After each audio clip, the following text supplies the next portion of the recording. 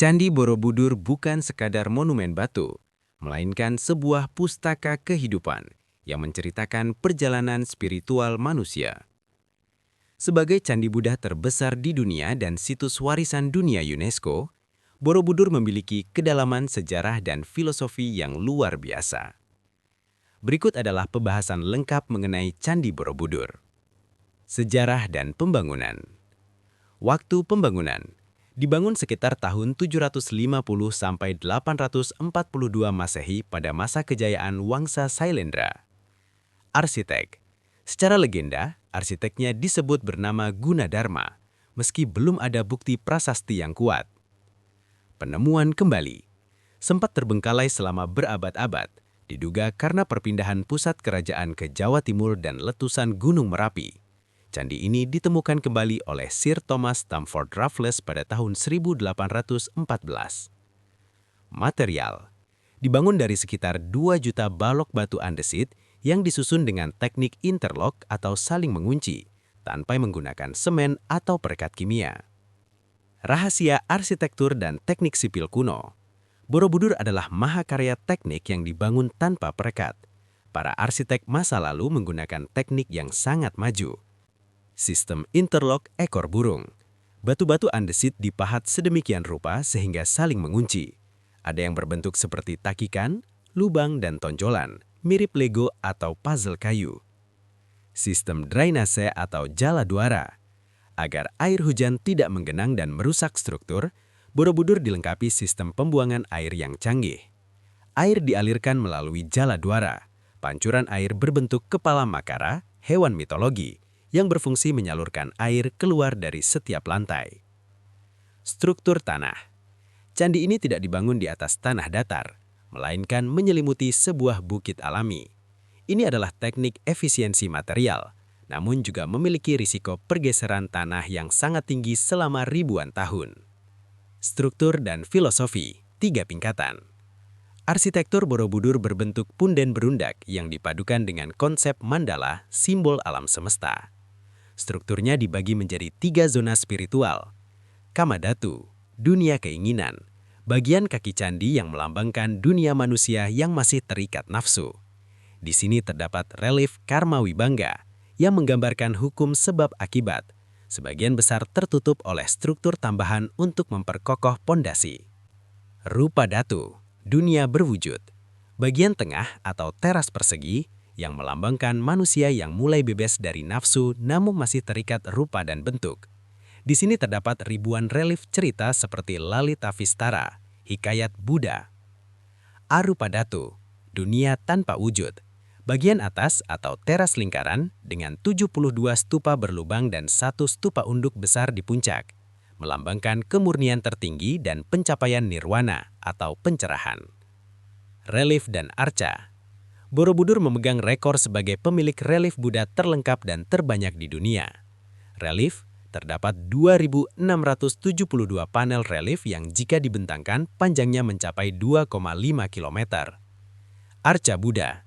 Terdapat 504 arca Buddha dalam berbagai posisi tangan atau mudra yang memiliki makna berbeda, seperti menolak bahaya, memberi anugerah, atau meditasi. Membaca relief, pustaka berjalan. Relief di Borobudur dibaca secara pradaksina, yaitu berjalan searah jarum jam atau posisi candi selalu di sebelah kanan bahu Anda. Berikut adalah 4 narasi utama. Karma Wibangga, tersembunyi di bagian kaki, menggambarkan hukum sebab akibat yang sangat eksplisit, termasuk perbuatan dosa, kehidupan sehari-hari masyarakat Jawa kuno, hingga hukuman di neraka.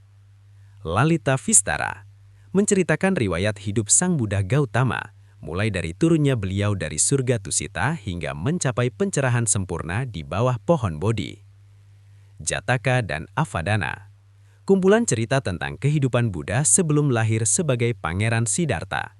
Ceritanya penuh dengan fabel atau hewan dan kisah pengorbanan yang mengajarkan kebajikan. Gandawiyu, berada di lorong-lorong atas, menceritakan perjalanan pemuda bernama Sudana yang berkelana mencari kebijaksanaan tertinggi. Ini adalah bagian yang paling rumit dan dianggap sebagai puncak filsafat Buddha Mahayana. Makna mudra arca Buddha. Jika Anda perhatikan, posisi tangan patung Buddha di Borobudur berbeda-beda tergantung arah mata angin. Ini memiliki makna teologis. Timur, bumi Sparsa Mudra, tangan kanan menyentuh bumi, melambangkan saat Buddha memanggil bumi sebagai saksi ketika melawan godaan iblis Mara. Selatan, Vara Mudra, tangan kanan terbuka ke atas di atas lutut, melambangkan kedermawanan dan pemberian anugerah. Barat, Dhyana Mudra, kedua tangan tumpang tindih di pangkuan, melambangkan meditasi yang dalam dan ketenangan. Utara, Abhaya Mudra, tangan kanan diangkat dengan telapak tangan menghadap depan, melambangkan ketidaktakutan dan perlindungan. Tengah atau puncak, Dharma Cakra Mudra, tangan seperti memutar roda Dharma atau khotbah pertama Buddha. Teori Danau Purba, salah satu teori paling menarik dalam dunia arkeologi oleh W.O.J. Nieuwenkamp, menyatakan bahwa dahulu Candi Borobudur dibangun di tengah Danau Purba.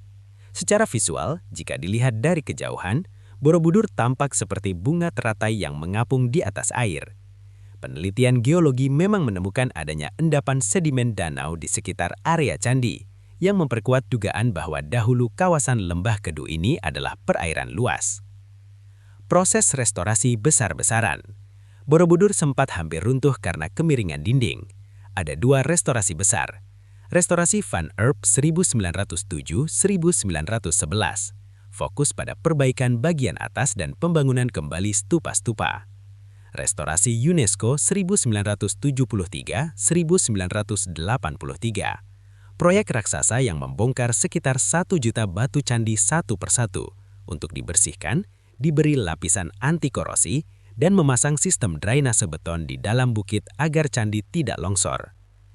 Informasi kunjungan terbaru update 2026. Sejak beberapa tahun terakhir, pengelola menerapkan aturan ketat demi kelestarian bangunan atau konservasi.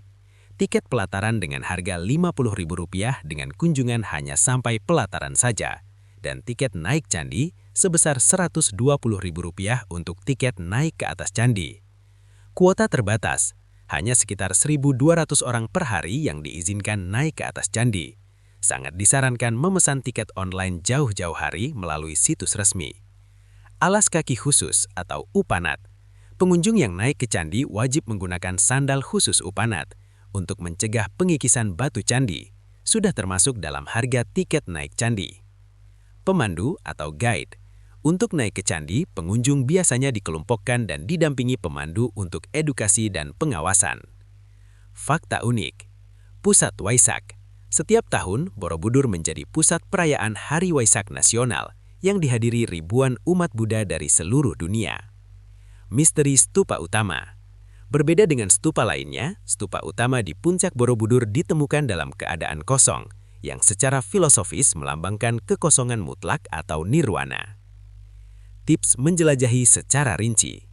Jika Anda ingin kunjungan yang benar-benar berkesan, gunakan pemandu berlisensi atau jika Anda membeli tiket naik ke candi, pengelola sudah menyediakan pemandu berlisensi.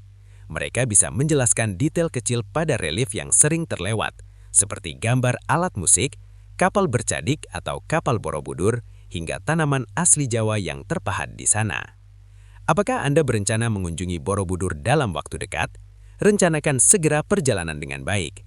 Anda juga bisa mengeksplor daerah lain di sekitar Borobudur yang sangat layak menjadi pertimbangan untuk mengisi liburan.